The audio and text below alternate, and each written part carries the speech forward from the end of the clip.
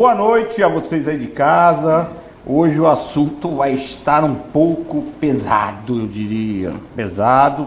Hoje eu estou trazendo um convidado para lá de especial. É o meu amigo professor Rafael Rocha. Ele é professor de Ciências Humanas, é pós-graduado em Gestão Pública e Ciências Políticas.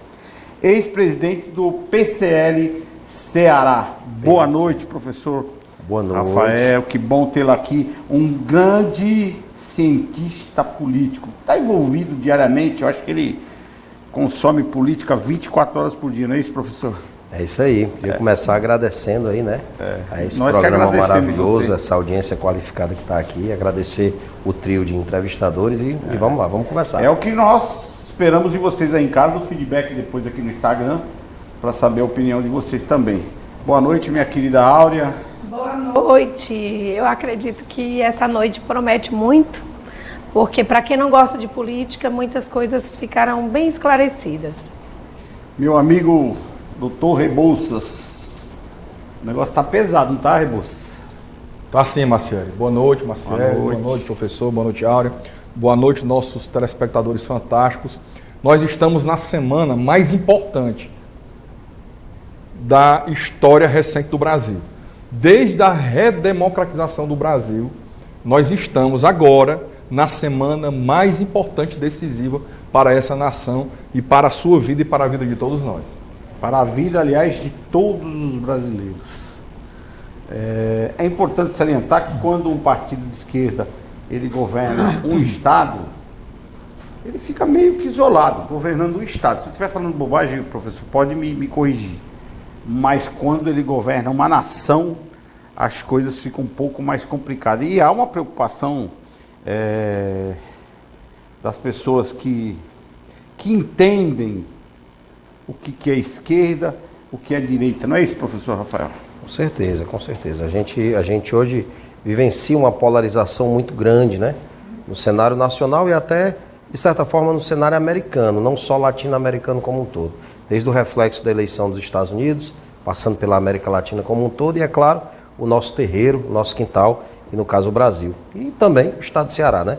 Que uma eleição agora com o primeiro turno, decidida no primeiro turno, e que trouxe aí a esquerda com mais força ainda, apesar que ela já estava, mas agora ela vem com uma nova capa, uma nova versão e bem mais forte. Professor, o senhor acha que esse acontecimento atual, né, da eleição nesse segundo turno, o senhor acha assim que o momento crucial que o país está vivendo é mais ou menos paralelo e representa um momento muito marcante, como algumas mudanças bruscas, como foi direta já, que o país estava atravessando assim decisões muito importantes. Eu acho que nesse momento também é algo assim, assemelha-se a isso diante da população, entender como esse fato é tão importante? Acredito que sim, como você está falando, como o doutor Rebouças falou, acredito que desde o período da redemocratização, na metade dos anos 80, o movimento direta já, aquela coisa toda, nós vivemos num momento crucial porque é um momento de polarização, o país de fato está dividido.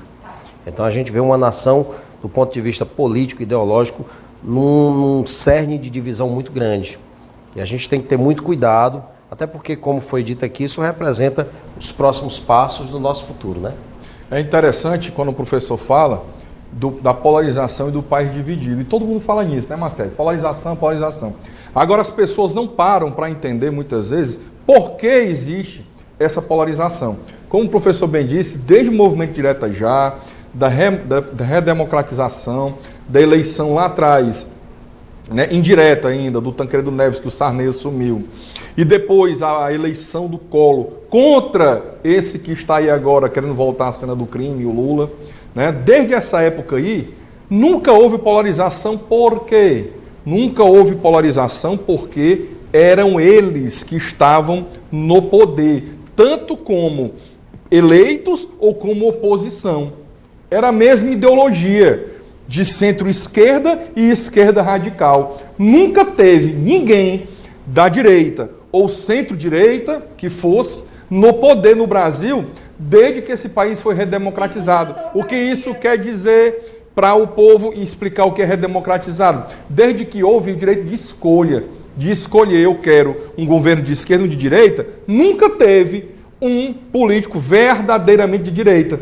Eram todos de esquerda e o PSDB ali com o Fernando Henrique Cardoso, com o Itamar Franco, né? Com esse agora, que passou 25 anos da vida dele chamando o Lula de ladrão e agora é o vice do Lula, né? O Alckmin. Esse pessoal nunca foi direita, esse pessoal nunca prezou por família. Não é à toa que o Fernando Henrique, quando assumiu o poder, disse: esqueçam tudo que eu escrevi, porque agora eu vou governar de outra forma. Por quê? Porque esse pessoal nunca foi verdadeiramente um contra o outro, verdadeiramente nunca foram oposição. E pela primeira vez nós temos Bolsonaro como oposição verdadeira e que rompeu, quebrou a engrenagem da roubalheira que assolava esse país. É isso que as pessoas de casa não entendem. Professor, não falta informação. Não falta informação ao público. Deixa eu concluir só a minha pergunta. Não falta informação ao público. Todos nós sabemos o que o PT e o que o senhor Luiz Inácio Lula da Silva fez com o nosso país. Todos nós sabemos. O que falta para a população entender melhor? Nós precisamos ser saqueados novamente? Nós precisamos ser roubados novamente? Nós precisamos quebrar as estatais que estão todas de pé depois de uma era Lula? O que falta para essa população entender? O que é raiva? Eu já ouvi, inclusive, falar: eu voto no Lula porque eu não gosto de rico. Eu voto no Lula porque eu não gosto do meu patrão. Eu voto no Lula porque ele é pobre igual a mim. O que falta? Será que o nosso povo... Não, desculpa, até podem aí ligar no Instagram, meter o pau, que eu não estou nem aí, essa é a minha opinião. Será que o povo é tão ignorante a extremo? E quem diz que Lula é pobre? Não, exatamente. É o que eles eu tô falando, apregou. é o que eles apregou. Lula é milionário, mas ele apregou que ele é pobre. Aí os filhos dele ainda mais. Aí eu lhe pergunto, o que falta para esse povo entender? Olha, aqui na eleição do estado do Ceará, o Eumano, depois das eleições, do primeiro turno, que ele ganhou, nem ele acreditava que ele ganhou. Eu tenho a expertise de fazer, de entrevistar, eu tenho a sensibilidade de entender o olhar das pessoas. Nem ele, no comício de posse dele, lá após a eleição, estava acreditando. Ele disse que não acredita, que tinha certeza que ia para o segundo turno, que estava lutando para ir para o segundo turno. Então, veja bem, o que falta para a nossa população? O que está acontecendo, professor? O senhor, como é um cientista político, pode nos dar uma luz, acender essa luzinha no fundo do túnel? Porque eu, particularmente, eu já estou por aqui, porque eu não aguento mais. Tanta besteira que você ouve diariamente. Entenda, eu já falei para vocês aí de casa, eu não sou nem Bolsonaro, eu não sou Lula. Eu não sou um nome, eu não sou uma pessoa. Eu sou um governante, administrador público para o nosso país. Honesto. Pode ser quem for, desde que seja honesto. O primeiro ponto é esse. Verdade. Agora, se ele fala besteira, se ele imitou o passarinho, o macaco chimpanzé, ou sei lá o que, não me importa. Acontece que a grande verdade é o seguinte: ninguém consegue pôr mais a mão no dinheiro público. Verdade. E os que tentam, e os que tentaram, e os que levaram muito pouco. Tá? E ele já cortou. Macieri. Não, deixa o professor dar essa resposta primeiro, olha, aí entra. O que está faltando, professor, para esse povo entender? Por favor, naquela câmera.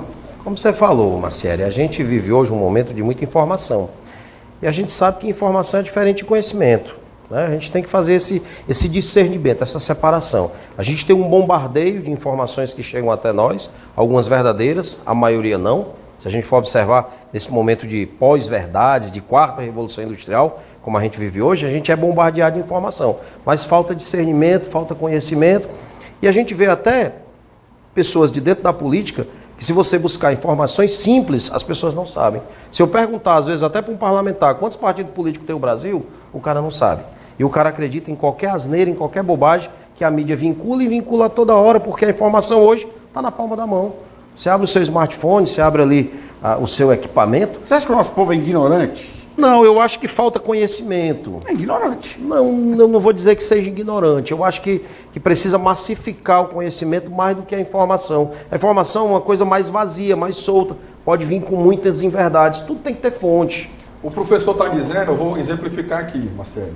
Quando eu ministro aulas de direito penal nas faculdades, a classe com 60 alunos, eles iniciam o semestre pensando de uma forma.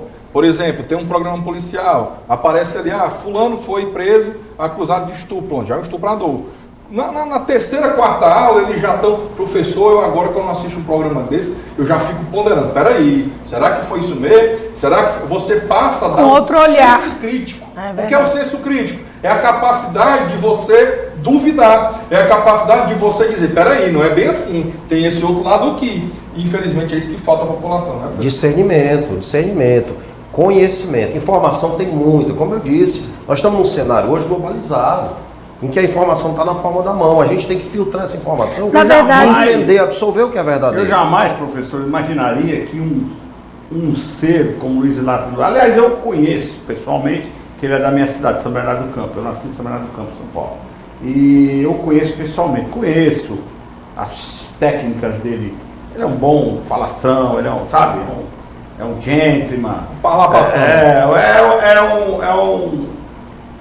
um bom artista, vamos dizer assim. Aí assim, jamais imaginava que com o que aconteceu no nosso país, dentro do nosso país, coisas comprovadas, não é que alguém inventou a história da carochinha, alguém tá... Não, coisas comprovadas. Ele conseguiu quase quebrar. Ele foi a maior empresa. Comprovadamente. Não, mas tira isso aí.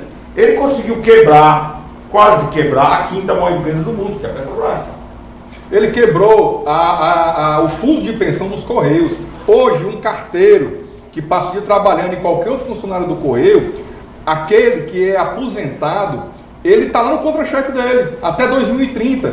Ele está pagando hoje uma taxa extra de R$500, tirado já na aposentadoria dele. Por quê? Porque o governo do Lula quebrou até o fundo de pensão dos Correios. E aí, professor, me ajuda aí, professor. Eu trago aqui hoje para mim poder entender como este homem voltou. É um fênix, né? Fênix, só no Brasil. Olha, o Brasil não é considerado um país sério justamente porque as pessoas lá fora, no mundo, olha, que país é esse? Que um presidiário condenado, ele não é inocente, volta ao cenário numa situação dessa e volta forte. Dinheiro. E volta forte. Mas não é só dinheiro. É dinheiro. Rebouças. Mas é assim, o dinheiro, veja bem, Rebouças. O dinheiro, obviamente que você vê o dinheiro quando você vê as alianças. É só dinheiro. Né? As alianças você vê por causa que é o dinheiro, a força do dinheiro, né? As alianças, os apoios, que são apoios comprados, obviamente. Porque não dá para mim ir numa emissora de TV, em várias emissoras de TV, e dizer assim, o Rebouças é um grande ladrão, filho de uma boa mãe, e depois eu perco a eleição no primeiro turno e falo, não, meu voto é para o Rebouças cristão, no qual eu amo de paixão. Dinheiro! Me ajuda aí, dinheiro roubado. Por que ele tem esse poder todo? Porque se você captura, vai no YouTube, procura um vídeo do Gilmar Mendes, ministro do STF, falando sobre cleptocracia. O que é cleptocracia? É o governo do ladrão. Ele diz que o PT tinha roubado dinheiro, tinha um plano de poder, e tinha roubado dinheiro e tinha dinheiro guardado de roubo para concorrer a eleições durante décadas. Porque eleição é dinheiro. Eu agora participei de eleição. Eleição é dinheiro. Então ele tem dinheiro durante décadas. Por que você vê muito mais vídeo no Quai, no TikTok, vídeos de pessoas supostamente que estariam gravando um vídeo porque querem, não é. Aquilo é vídeo pago, impulsionado. Por que você vê muito mais do PT do que do Bolsonaro? Porque eles têm dinheiro para gastar com impulsionamento. O Bolsonaro não tem. Por que você vê mais bandeira, mais adesivo? Porque eles têm dinheiro guardado aí para concorrer mais 5 eleições. O Bolsonaro não tem. Os adesivos que você vê do Bolsonaro aí rodando em Fortaleza, no Ceará, é dinheiro de gente que voluntariamente fez aqueles adesivos. Pouquíssimos é que veio da campanha do Bolsonaro, porque nem vem mais. No segundo turno eu estou lhe falando que eu fui para a reunião. Não vem mais material de campanha vinda da campanha oficial do Bolsonaro. Por quê? Porque não tem dinheiro. Os voluntários estão reproduzindo. Empresários que estão dando, e os voluntários vão numa gráfica, imprimem e botam no seu carro. Verdade. Professor, me ajuda aí, professor. É o que eu estou falando, né? Você é a única esperança que nós temos aqui no programa isso, hoje. Bondade sua, bondade de uma sua. explicação lógica, porque É um jogo de poder, né? A gente Sim, entende mas como um é jogo de loucura poder. isso daí. Eu acho até mais do que como dinheiro. Você viver um pesadelo à noite. Eu acho até mais do que dinheiro, uma disputa de poder muito grande. A gente que faz parte, doutor Rebouças também, desse bastidor da política, a gente acompanha que mais do que o dinheiro, por incrível que possa parecer, o que eu estou dizendo, a disputa por espaço e por poder é gigantesca. A gente vê personalidades da política brasileira e até cearense, que financeiramente eles estão mais do que resolvidos, mas eles estão sempre insistindo na política por uma questão de espaço, por uma questão de poder. E uma coisa que eu percebi ao longo dessas 2 décadas acompanhando a política cearense e brasileira também, que a vaidade, o ego também é muito forte. Então a gente vê que existem projetos de poder que são diferentes nesse momento. A gente observa que nós temos 2 narrativas que são diferentes, 2 projetos de poder que são diferentes e estão agora em colisão. São 2 mundos em colisão. Mas explique quais projetos? O projeto de poder da esquerda, o projeto de poder que renasce com a figura do Lula, personificado no Lula. O Lula renascimento. traz, professor, o velho discurso da fome zero. E é um renascimento que vem se você acompanhar, vem na América Latina toda. Você viu que a derrota do Donald Trump nos Estados Unidos já foi o início do estopim de um novo tempo aqui na América. Na América, inclusive a América Latina também. A força com que o Lula está retomando agora, você vê que o Lula abriu mais de 6 milhões de votos em relação ao Bolsonaro, sentado na cadeira de presidente com a máquina na mão. Trabalhando também em prol da eleição dele. A gente não pode negar que a máquina não está trabalhando. A máquina está trabalhando sim em prol da reeleição. Sempre trabalhou e sempre vai trabalhar. Lembrando que o PT saiu do poder faz apenas uns 6 anos, porque foi 2 anos do Temer e 4 do Bolsonaro. Antes era a Dilma no poder, que era PT, mandada pelo Lula. Faz apenas 6 anos, mas todo o Estado abaixo do presidente é completamente aparelhado pela esquerda. As entidades, os órgãos, até as faculdades são aparelhadas pela esquerda. Só tinha o presidente de direita verdadeira. Abaixo dele, tudo aparelhado pela esquerda. Só que, nas eleições do primeiro turno, nós elegemos, quando eu digo nós, o Brasil, elegemos na história do Brasil. Essa vai ser a primeira vez que nós temos a maioria no Congresso Nacional, ou seja, dos deputados federais e do Senado também, de membros de direita. Pela primeira vez na história do Brasil. Presta atenção, eleitor. Nós vamos ter um Congresso Nacional e Senado Federal com a sua maioria de direita. Então, ganhando um presidente de direita, nós vamos ter um crescimento desse país nunca visto na história da nação brasileira. Certo. Abre Agora aspas, sim. eu quero fazer só um parênteses aí. Também queria fazer um parêntese. Pois não, professor. Idem. Pode Eu fazer. acho importante. A fala do Dr. Rebouças é importantíssima. A gente viu aí, por exemplo, um partido como o próprio PL fez 99 deputados. Mas se eu for olhar, 30% de fato é de direita. Muita gente está ali pela vaga.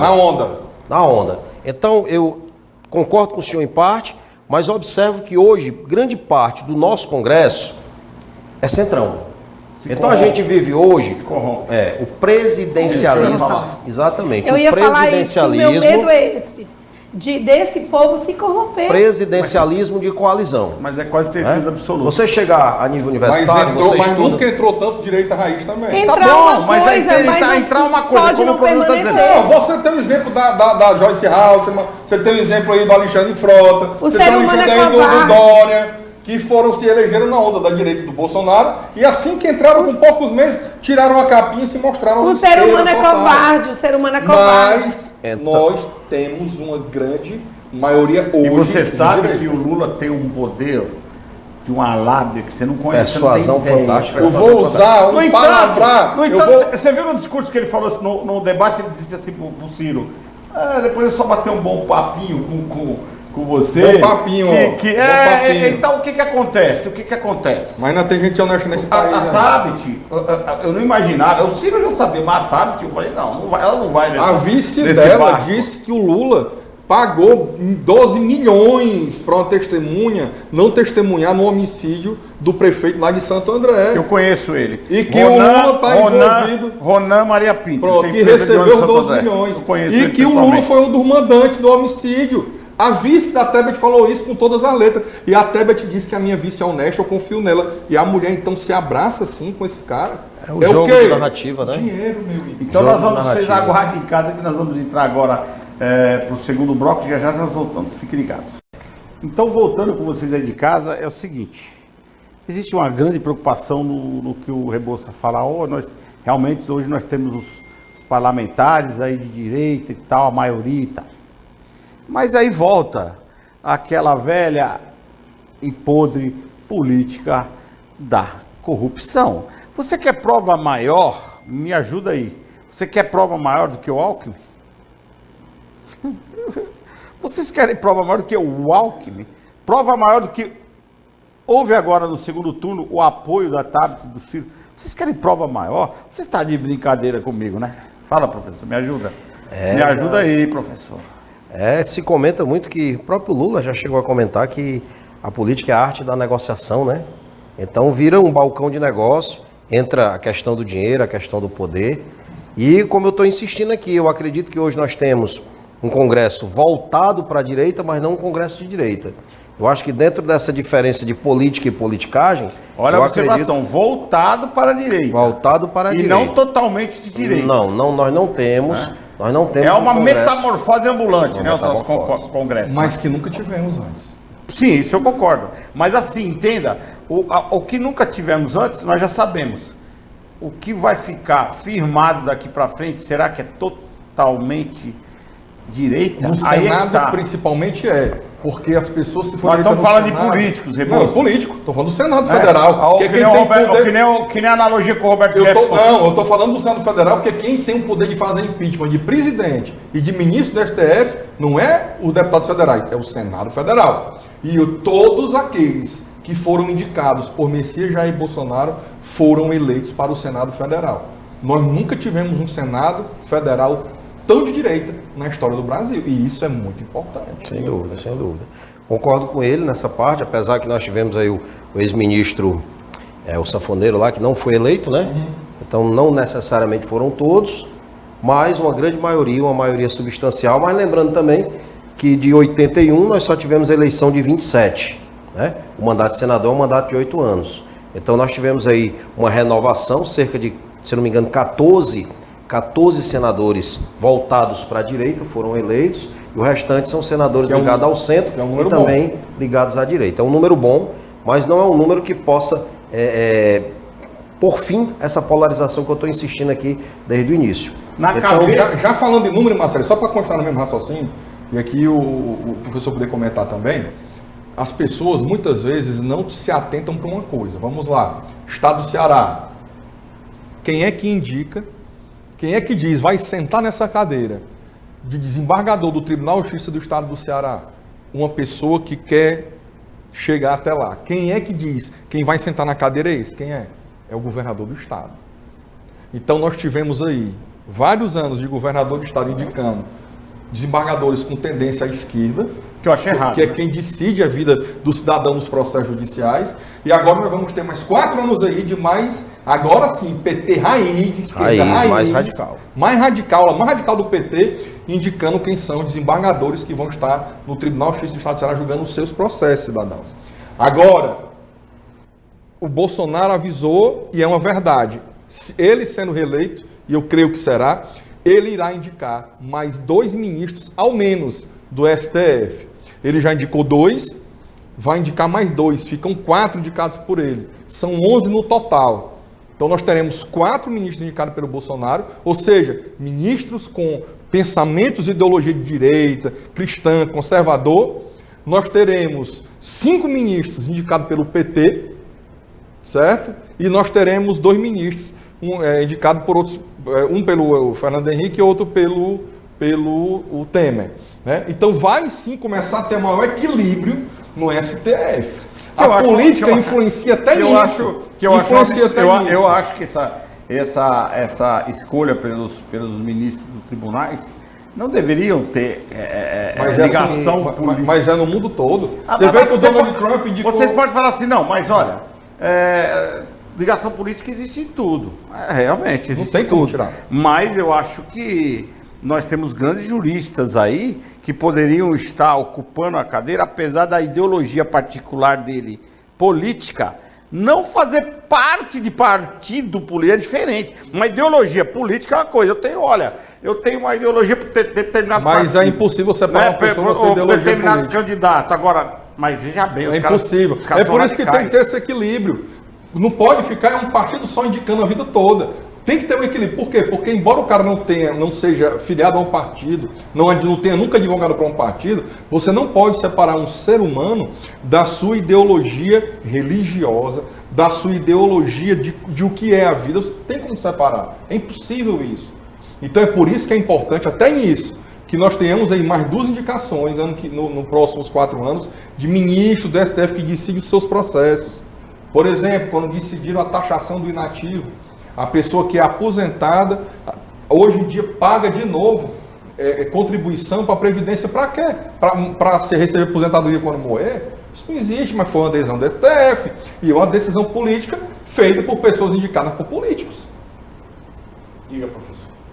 É como a gente está falando, o STF hoje assumiu uma proporção que é sem precedentes, né? A gente observa, hoje eu vejo com muita incerteza essa eleição de domingo, porque é difícil, se você parar para analisar como pensador político, você dizer Lula ou Bolsonaro, é complicado. Eu acho que essa eleição vai ser definida por uma diferença de 1 ou 2 pontos para um lado ou para o outro, né? Acredito que não vai ter essa elasticidade toda, eu acho que vai ser bem parelhada mesmo, acho que vai ser uma coisa mesmo bem próxima, e caso ela penda para o lado da esquerda, para o PT, a gente pode ter certeza que a mão do STF contribuiu bastante, porque a gente está vendo aí a interferência forte do judiciário sobre essa eleição. A gente viu aí o caso do Roberto Jefferson, né, que é uma outra polêmica agora nacional, na reta final da eleição. Isso pode definir a eleição em prol, sem sombra de dúvida, do candidato Lula. Explica para o telespectador que não está entendendo, talvez a pessoa não tem tanto acesso a essa informação. E às vezes chega a informação distorcida. Hoje eu ouvi um comentarista dizendo que ele não tem uma ligação direta, é um apoiador informal.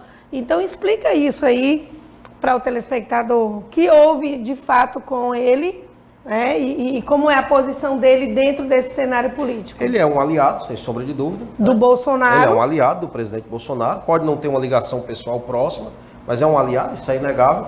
Mas a forma que ele foi preso, acredito eu, não sou advogado aqui é o Dr. Rebouças, eu acho que ela é contraditória no mínimo, para não dizer ilegal. E eu acho que essa prisão... E o fato que aconteceu de fato, para quem não está entendendo? Ele foi completamente errado, equivocado, a forma como ele colocou, na minha concepção, uma forma deselegante, uma forma preconceituosa, uma forma que não cabe o que ele estava fazendo e o que foi que aconteceu. Agora ele está dizendo. Ele está dizendo justamente que as atitudes dele, na opinião dele, ter falado, foram todas equivocadas desde o início. De ter feito a comparação de uma ministra do STF, né, que presidiu o STF, comparou com uma prostituta, as ações dela com uma prostituta. Realmente. Mas aquilo ali eu não vejo, o Dr. Rebouças pode me dizer, que é jurista, eu não vejo amparo legal para ele ser preso da forma que foi. Então a gente vê a mão forte do STF, né, através do senhor Alexandre de Moraes, que agora preside, né, o TSE, né? Nós temos hoje a Rosa Weber na presidência do Supremo, o Alexandre de Moraes presidindo o TSE, então a gente vê que há, de certa forma, ou de forma total, a chegada do STF nessa reta final da eleição. Outro detalhe também importante, se me permite, é a questão do tempo de televisão do presidente no que diz respeito às inserções, quando, por exemplo, o TSE, através do Alexandre de Moraes, ele retira o tempo de televisão do presidente, passando ao Lula uma espécie de direito de resposta, com várias inserções, vídeos, 24 vídeos que são gravados e que vão ser repetidos, replicados, se eu não me engano, 100 e tantas vezes. Isso vai ter um prejuízo em tempo de televisão muito grande para o lado do presidente da República. Então a gente vê que o ativismo do TSE, o ativismo político do TSE está bem explícito. E aí, como eu lhe digo, numa reta final, esses dois acontecimentos, a questão do tempo de TV, na forma de direito de resposta que foi concedida ao Lula. E esse escândalo, essa bomba envolvendo um aliado político, que não dá para negar que é um aliado político do presidente Bolsonaro. Ele pode não ter uma relação próxima, né? Mas ele é um aliado político, ele tem um pensamento Que respinga, aproximado, né? que respinga. Isso pode ser a facada que define a eleição Me permita, dessa vez. professor, me permita, data máxima vem, só, na minha opinião, corrigir uma palavra. Eu não diria que o Roberto Jefferson é um aliado político do Bolsonaro. Eu diria que ele é um apoiador do governo do presidente Bolsonaro. É diferente. Ele é um apoiador. Eu lhe digo por que ele É não porque o Bolsonaro nem eu lhe trata ele digo, como eu lhe aliado. digo por que ele não é um aliado. Porque não faz nem 20 dias, um mês no máximo, o Roberto Jefferson entrou com uma notícia de crime contra o Bolsonaro. O Roberto Jefferson Sobre- ingressou com um processo contra o Bolsonaro no no Tribunal Tribunal Militar, Superior Tribunal Militar, certo? Contra o Bolsonaro. Então eu não posso chamar ele de aliado de forma nenhuma. Agora, ele é alguém que comunga, prefere o governo do Bolsonaro do que o governo do Lula. Aí é que tá, porque ele conheceu por dentro o governo do Lula. Foi o Roberto Jefferson que denunciou o esquema do mensalão. Um arquivo vivo, Começou né? tudo ali. Se não fosse o Roberto Jefferson ter denunciado o esquema do mensalão, a Dilma jamais teria sido presidente do Brasil. Quem teria sido presidente do Brasil depois do Lula teria sido José Dirceu, depois José Genuíno, depois Guimarães. Verdade, e a turma do PT toda ia se perpetuar no PT, na presidência do Brasil a vida toda. Roberto Jefferson foi o homem que teve a coragem de denunciar e mais, E de ser participar processado, também. E participou não, de também. ser processado, ser preso e ficou preso o tempo que era para ficar. Ele pagou a conta. Ele pagou a conta de ter denunciado o mensalão, porque ele assumiu a culpa dele e foi condenado e foi preso e cumpriu a prisão que lhe foi devida, Tipo assim, diferente do Lula. eu vou pagar o que meu não preço, cumpriu. mas eu entrego todo mundo. Mas não foi isso. Eu vou pagar meu preço, mas eu não vou ver o Brasil afundar. Isso. O grande Ótimo. raciocínio dele foi esse. Perfeito. Eu vou ser preso. Eu errei, eu vou ser preso, vou pagar meu preço. Mas eu não vou ver o Brasil e o brasileiro morrer de fome por causa da corrupção do PT. Foi isso que o Roberto Jefferson Tudo fez. iniciou pelo Roberto Se Jefferson. me permite, já que estamos falando nele, Deixa eu só fazer um Vai lá, adendo. fica à Depois vontade. você vai falar, Não, fica à falar vontade, fica à juridicamente sobre o que pode... Eu acho que o que mais vai penalizar no caso do Roberto Jefferson é o fuzil e as granadas. Porque para mim, desculpa, aí, Insano, né? é uma não coisa... é, lembrando não, que não eram granadas, lembrando que não eram Não granadas, importa. escute, é diferente, claro que pode ser importa. até uma bombinha. Não, claro que importa. Lembrando que não era aquela granada que você joga e explode e mata as pessoas. É, Era mas uma o cara- granada de efeito moral. Tá bom, aí o cara é aquela vai- granada que faz o BUM Ei. de efeito moral. Tá, mas se eu jogar uma granada, tu vai saber se é de que faz o boom, efeito moral, Na hora do ou você julgamento, vai perna pra quem tem. Na hora do julgamento eu vou saber, vou Perna pra provar. quem tem, né? Na hora do julgamento eu vou saber, eu vou provar e o jurado vai votar conforme que for Eu provado. acho Que a intenção Eu não era só- de matar, de fato. Só fazer aqui uma Ninguém mata ninguém com ponderação. granada de efeito moral. Pois não, professor. Em relação a aliado, eu insisto em dizer que são aliados, por quê? Porque aliado necessariamente não precisa ser irmão gêmeo siamês.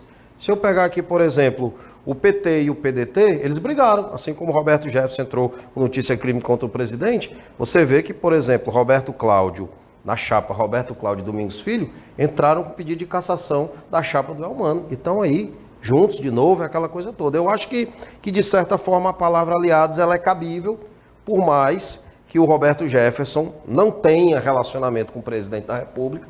A gente sabe que é mais uma narrativa para, na minha concepção, Claro, para prejudicar, para trocar ideia e respeitar a opinião de cada um. para prejudicar, digamos assim, todo esse circo que foi montado para prejudicar a campanha do presidente, que eu já vejo sinais de uma, não vou dizer uma virada, mas de uma aceleração, de um crescimento. Eu vejo hoje, pensando politicamente, falando como pensador político, eu vejo uma espécie de virada sendo formada e eles encontraram uma forma de brecar. E essa forma de brecar, entrando em campo, né? Esse ativismo da toga, que a gente está vendo aí o TSE, tirando o tempo de televisão do presidente da República. Você sabe que tempo de televisão é muito importante. A gente vive, como eu disse aqui, num mundo globalizado. Por mais que hoje não sejam mais aquelas 5 famílias que controlam a mídia brasileira, a gente está aqui numa emissora de TV regional, que tem audiência, que tem impacto, que forma opinião. A gente sabe também que hoje na palma da mão, e a primeira eleição do Bolsonaro foi a prova disso, né? A de 2018, foi a partir de um celular, literalmente na cozinha de casa, podemos dizer assim, em que ele consegue alavancar a campanha e se tornar o presidente aí com recorde de voto, como conseguiu em 2018. Mas a gente sabe que a mídia tem muita força. E a gente vê uma espécie de plano, de narrativa sendo construída para desintegrar essa reação que está sendo levantada. Eu não vejo essa reação aqui no Ceará, a gente vê muitos movimentos, mas a gente vê a máquina do governo do estado trabalhando pesado. Eu viajo, usando dinheiro público. Eu viajei usando as nosso 184 dinheiro cidades. em favor de si mesmo. O TSE, de uma forma vergonhosa, liberou que as prefeituras e governo de estado usem transportes seus para levar eleitor para votar. Verdade. Coisa que nunca aconteceu na história do Brasil. Verdade. Eu acredito. Levar eleitor para votar em transporte público. Nem transporte público é ônibus e Topic. Em transporte de pertencente ao governo do estado e à prefeitura municipal, levar eleitor para votar, isso é um absurdo. Eu assisti um vídeo da governadora Isolda fazendo a liberação do transporte público para transportar as pessoas no dia da eleição. E a gente observa que tem, sim, todo uma artimanha sendo montada para frear, para conter essa reação na campanha do presidente da República, que a gente observa que, de fato, parece que depois de definido o segundo turno, a gente viu muitas adesões de peso à campanha do presidente. Política não se faz só. Política é feita, como o próprio Lula disse, a arte de negociar. O presidente parece que agora entrou na mesa de negociação, sentou para fazer política, com governadores, com prefeitos, com deputados, está chamando todo mundo para conversar. Nós mesmos temos agora um projeto que é encabeçado aí pelo deputado, vocês podem falar o nome? Pode, claro. Deputado Carmelo Neto. Carmelo, aliás, Carmelo, aquele abraço para você, eu sabia que você ia chegar lá e você merece onde está, hein? Você é um garoto, posso te chamar de garoto pela minha idade. Menino. Você é um garoto sensacional, que com certeza, tanto você e o André Fernandes vai fazer muita diferença ao estado do Ceará. E o André também, né, coordenador geral da campanha do presidente aqui no estado. E a gente está circulando, né, uma permissão aí de vários outros parlamentares e com a parceria, incluindo o próprio capitão Wagner e tantos outros, que estão aí circulando o Ceará todo. Eu tive o privilégio de ter circulado nesses últimos 18 meses, todas as cidades do Ceará. Uma pergunta. Deixa ele concluir. Deixa ele concluir o raciocínio. Então, eu tive o privilégio de, em 18 meses, visitar todas as cidades do Ceará. Então, a gente conversou com todas as lideranças de oposição e de situação do nosso estado, tá certo? E a gente tem uma sensibilidade de ter vivido, de ter em loco, né? De ter visitado em loco, de ter conversado em loco com as pessoas e tá observando que existe sim uma sentimento na pele, na pele. Não é só a teoria, não é só o achismo. Como eu disse, muitas vezes o que falta é conhecimento. É conhecimento. As pessoas têm opinião. Opinião é uma coisa, conhecimento é outra. Então essa opinião ela é pautada em quê? Ela é referenciada em quê? Eu acho que é isso que falta para o Brasil se tornar um país sério. Eu não posso aqui só aflorar as minhas emoções e esquecer e apagar o meu lado racional. Aliás, para o PT, para o partido de esquerda, quanto menos informação você tiver, menos estudo você tiver, mais ignorância que você passa a usar na tua vida, no teu cotidiano, para eles é vantagem. É isso que eles querem. Eles não querem educar o povo. Se educar o povo vai começar a entender. Como o ditado popular, quanto mais burro, então melhor, o que eles fazem? Né? Sem visão. Eles só podem meter o pau que eu não tô nem aí, doa quem doer. Então eles querem dar pão para vocês e circo. O que é o circo? Vamos ver lá festas. Nós vamos ter esse ano um Réveillon de Fortaleza dos mais caros da história. Olha um absurdo. Aí dá uma cestinha básica, dá um negocinho, tchau, papai. E Marcieri, a gente viu o fato logo após o primeiro turno que o presidente da República ele noticiou uma reportagem do UOL, né, um portal de notícias, em que ele disse que a maioria dos votos do Lula foram em estados onde as taxas de analfabetismo são as mais altas. Não foi o presidente que criou essa narrativa. Então colaram nesse fato e foi divulgado pelo UOL. Ele só fez relatar uma notícia divulgada por um dos portais mais importantes do Brasil. E aí colaram nele a narrativa. A governadora do Ceará, ela fez vídeo protestando, repudiando o presidente, quando na realidade o presidente, sem querer defender o presidente, eu estou falando aqui como um pensador da política, ele foi repudiado por uma governadora de estado, né, que diz que o Ceará, de maneira equivocada, a gente sabe que não é, tem a melhor educação do Brasil. que aqui, se a gente for analisar os bastidores dessa educação, a gente tem, inclusive, Pra minoria. como afirmar que ela é a melhor para uma minoria, não é a melhor para a maioria, mas ela faz uma nota de repúdio ao presidente da República de um fato que ele não fez. Ele noticiou uma reportagem que estava sendo vinculada a um dos maiores portais de notícia do país. Mas cria sua narrativa, prega ali nele, e aí o pessoal começa a ventilar tudo Deixa isso. eu pegar aqui um gancho da educação e quero sair da narrativa da corrupção para sair para o que está acontecendo hoje no Brasil, no mundo do Brasil e no Ceará e em Fortaleza, sobre a questão ideológica, moral, certo? Hoje, aqui em Fortaleza, quando eu digo hoje, agora, nesse período aqui em Fortaleza, as pessoas sempre disseram, não, isso é conversa. Lembra que o Bolsonaro lá atrás, quando ficou conhecido nacionalmente, um dos motivos foi que ele lutou enquanto deputado federal contra o tal do kit gay, que existiu sim, que eu vi, eram livros e filmes onde incentivavam a homossexualidade e além disso diziam que a criança, se ela se relacionasse com pessoas do sexo igual ao dela, ela tinha 50% a mais de chance de ser feliz.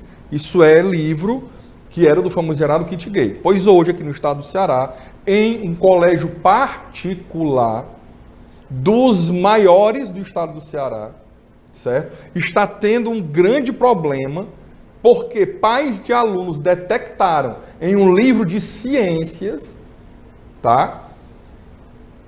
Dizeres, fotos, imagens e desenhos, dizendo que uma criança, para as crianças, que o sexo dela não é formado apenas pela genitália dela, ou seja, pelo órgão sexual dela.